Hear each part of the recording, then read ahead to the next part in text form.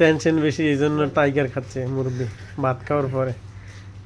দেখেন আরো 2-3টা লেয়াম নাকি ফ্রিজ থেকে। প্লান প্লান খান, প্লান প্লান।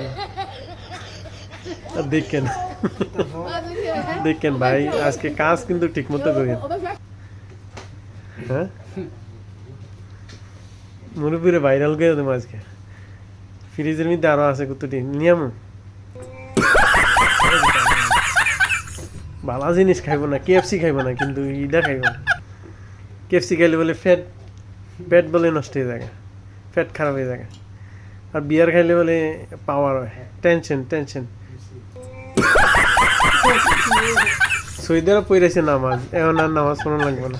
3 বছর আগে সৌদিরা পড়েছে। মুরব্বি আরো লাগবো এই যে। হ্যাঁ